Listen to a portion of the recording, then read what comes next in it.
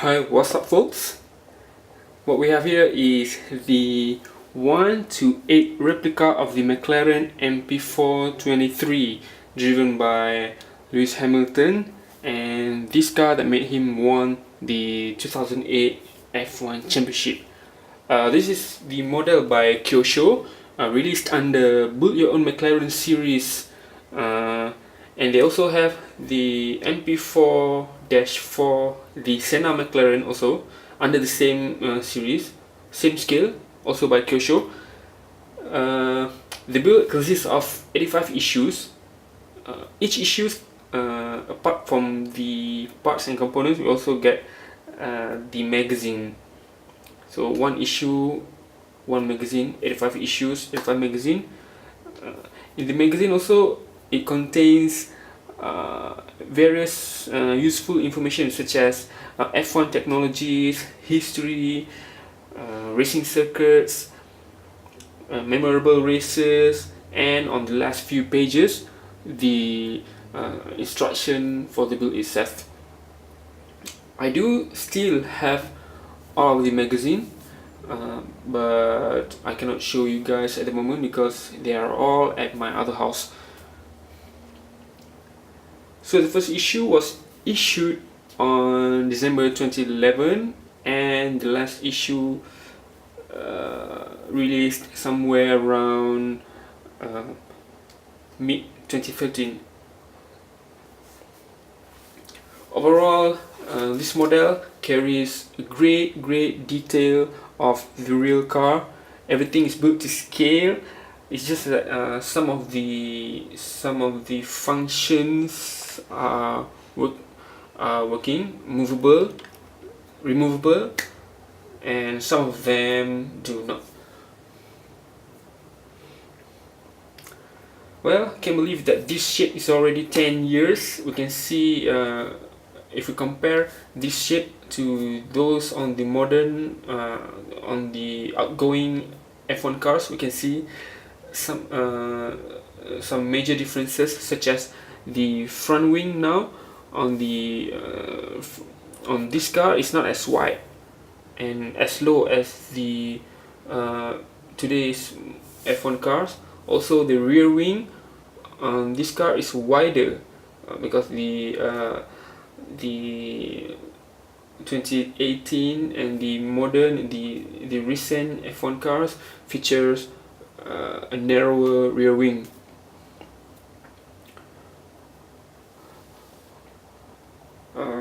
Apart from that, okay, here's the diorama that I built, homemade.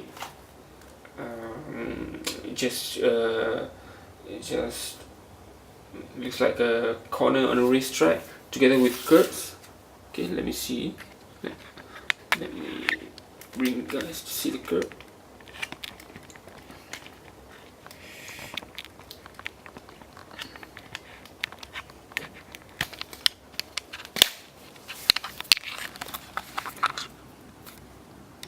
Here's all the curves.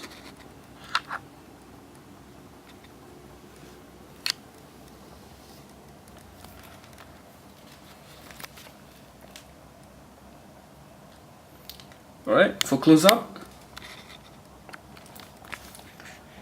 here's the nose of the car.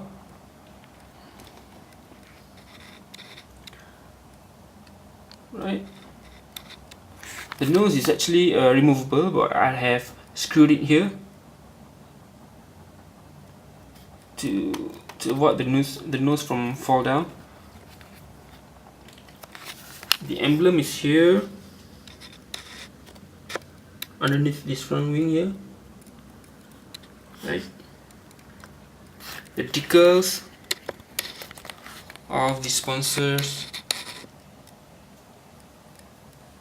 Vodafone, iGo, Mobile One, Vodafone, Boss, of course here, Lewis Hamilton name,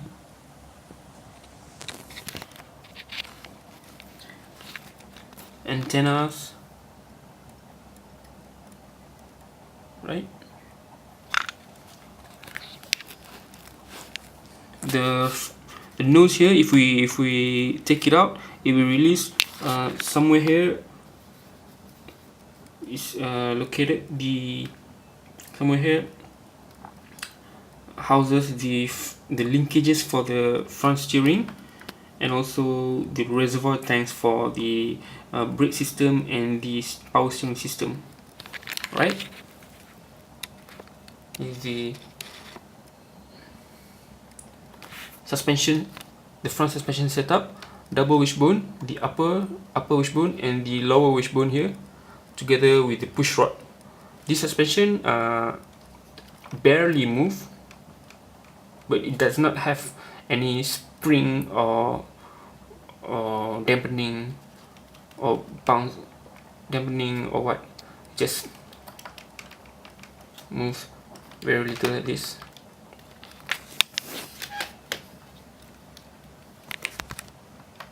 You can also see here the brake duct, it intake to cool the brakes. Right, the tire, of course, Bridgestone Potenza. Back then, teams get to choose whether to use tires from Bridgestone or Michelin, as opposed to today's F1 supplied by the sole manufacturer, which is Pirelli. Also down here we can see the brakes. The wheels are all removable, but I forgot to bring the plastic device to remove this nut, and we can take off the wheels to see the wheel hub and the brake setup. There's also some cover on the front wheel, some aerodynamic cover that was part of the configuration on in 2008.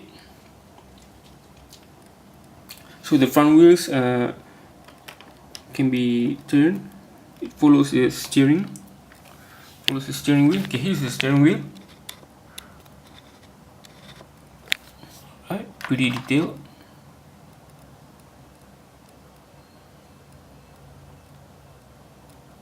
The pedal shifters. The clutch pedals. The clutch pedals are located here on the steering wheel. Right. Let me mount the steering.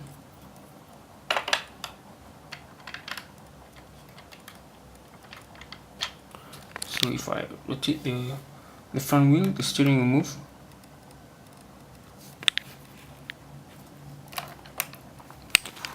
You can also see here the windshield. Very tiny windshield. The mirrors, both sides. Right.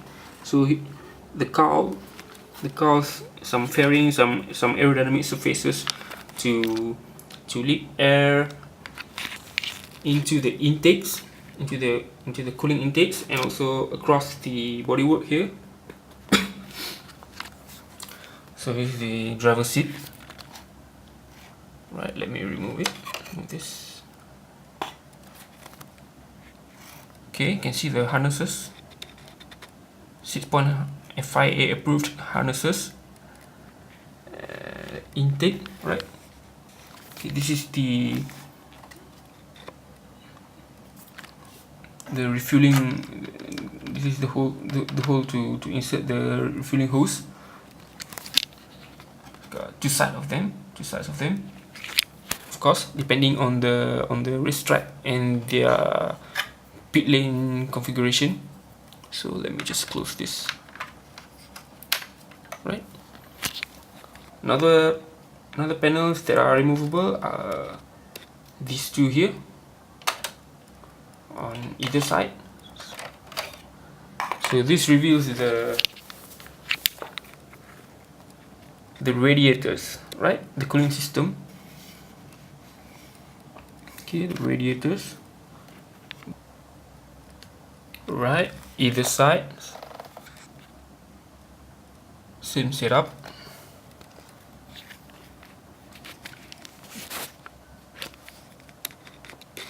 Next, let me open this cool rear panel here. Right. Some wings and details to it. Okay, let's put this here.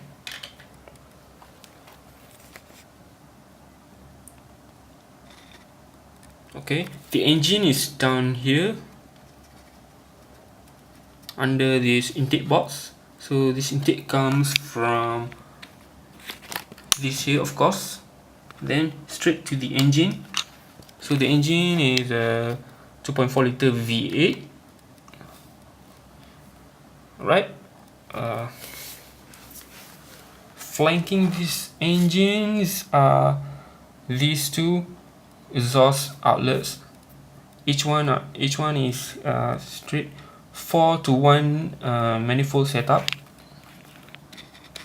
right? Because four cylinders each bank.